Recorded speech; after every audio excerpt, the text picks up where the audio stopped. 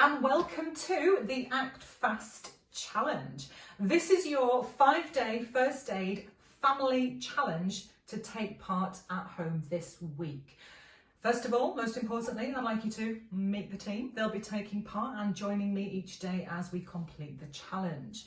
What's really important though before we get started is that everybody understands that we cannot practice this with anybody outside of our house that we live with at the moment. It cannot be completed at school because we have to keep that 2 metre social distancing at the moment. Hopefully in the future that will change. Now adults, if you are still going to work and you have a first aid responsibility, it's really important that you know there are some changes at the moment to keep yourself safe. I will post some links below this video from the Resuscitation Council guidelines that have been released for keeping yourself safe, particularly when assessing your casualty and performing CPR during this time.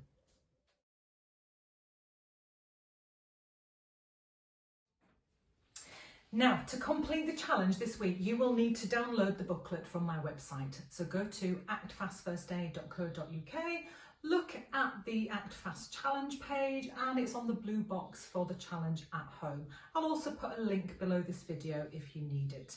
It's important that we have this workbook because we'll be working through the challenges each day. You'll be learning skills, but I'm also going to be setting you tasks to complete as a family after this video has completed. So whoever's taking part, please fill it in. And then the second page, this just gives you an overview of what we're going to cover for the whole week. And then this one I've created, we need to think about where we are before we start the challenge. I always think about skills and confidence. So I'd like you to think, give yourself a number between 1 and 5. Imagine you come into a room, there's a casualty on the floor. Number 1, do you panic and run the other way? Some people do. Or do you get your shades on like this guy and think, I've got this, I've got skills, I've got confidence, I know what to do. Where are you? Give yourself a number. Maybe some of you have done first aid before with beavers, brownies, scouts. Maybe you've done the Act Fast Challenge at school with me before. But let's see where we are on day 1 and then we can look at what we've achieved on day 5.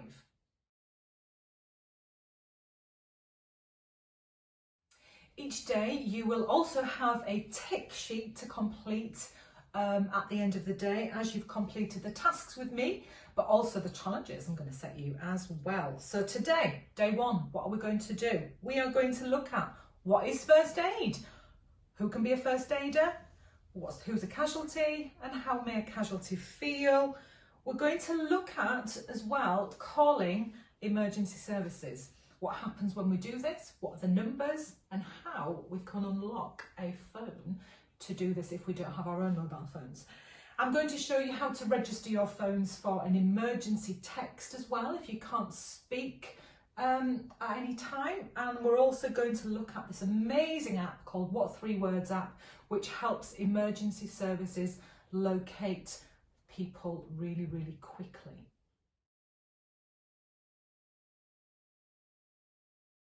Okay, let's get started on task 1. So, what is first aid?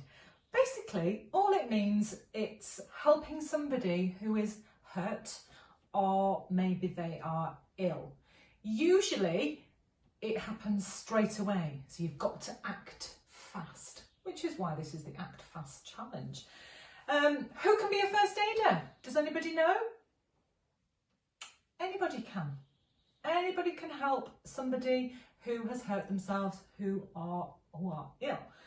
Why is it important? Well, we may have skills that can help look after this person, this casualty who is injured, and sometimes we may need to call 999 or 112 to call an ambulance to help them because we don't have the skills to do that. But it's knowing when to do that as well.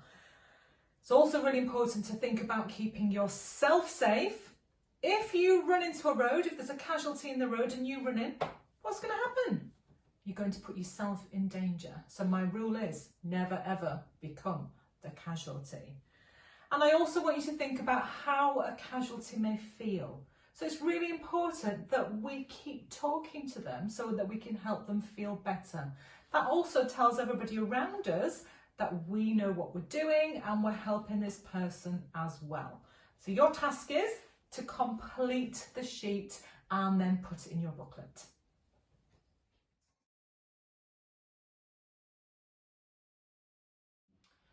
Now, in an emergency, it's important that we know the numbers to call. Shout out now if you know which number we call if we need the police.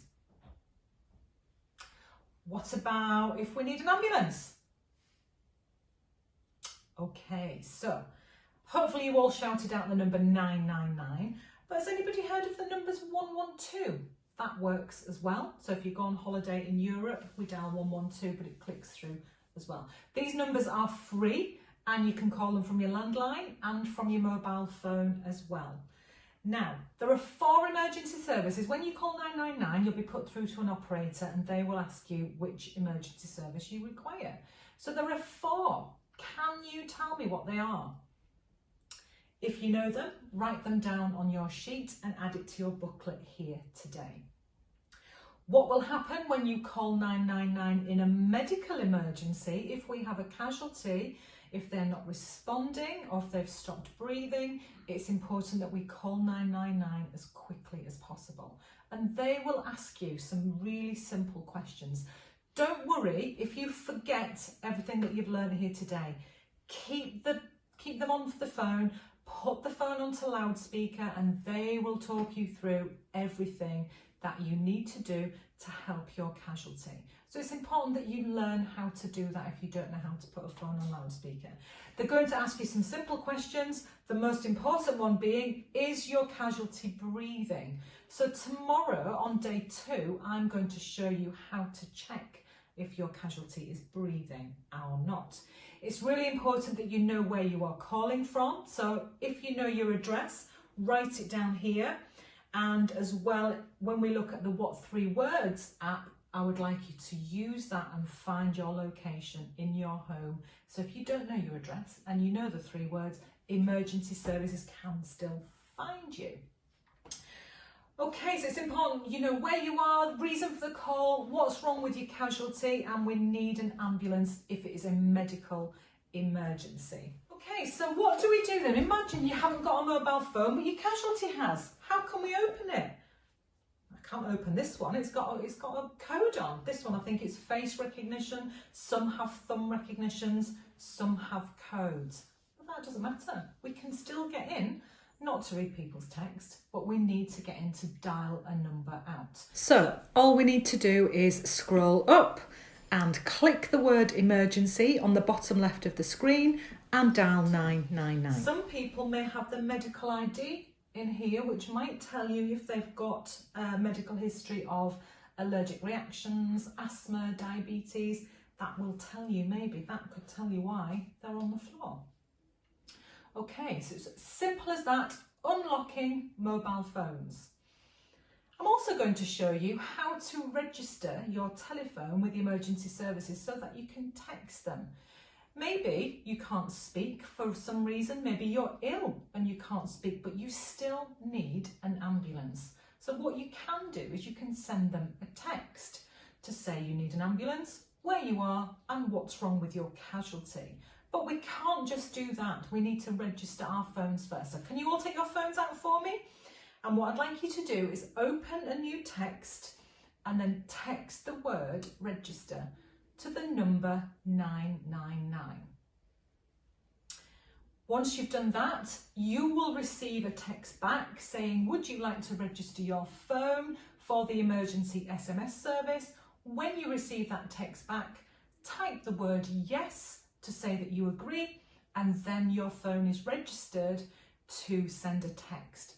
Sometimes we can't make a call, we don't have enough signal, but we have enough signal to get a text through. So this is a really good thing that you can have in your phone so that you've got just another way of contacting emergency services. So that's just one way that I've shown you how to unlock a phone to get the screen to then dial 999.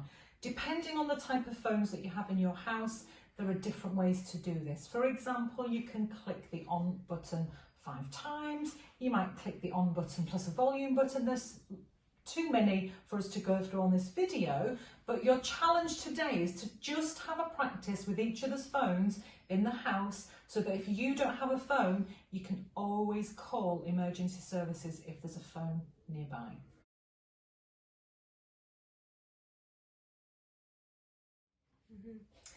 Now, the final part of the session today is I want to tell you about this amazing app. It's now being used by the emergency services, and it really is saving lives and helping people find casualties quickly. So if you don't know where you are, but if you have what 3 words, they can still find you.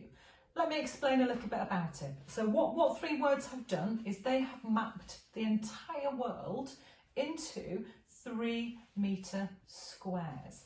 And each 3-metre square is then given a random 3 words. So there are no 2 squares on this planet with the same 3 words, which is how it works. So for example, if you look on your sheet here, I have mapped the British Museum in London, which is one of my favourite places. And the 3 random words in the centre of the British Museum are slam, pilots, and castle.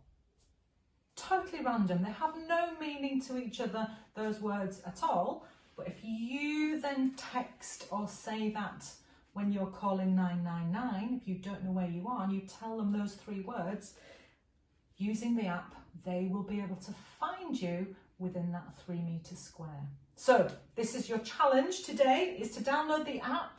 And what I would like you to do is to map and find, it could be 3 places near your home when you're out on your daily exercise or walk today.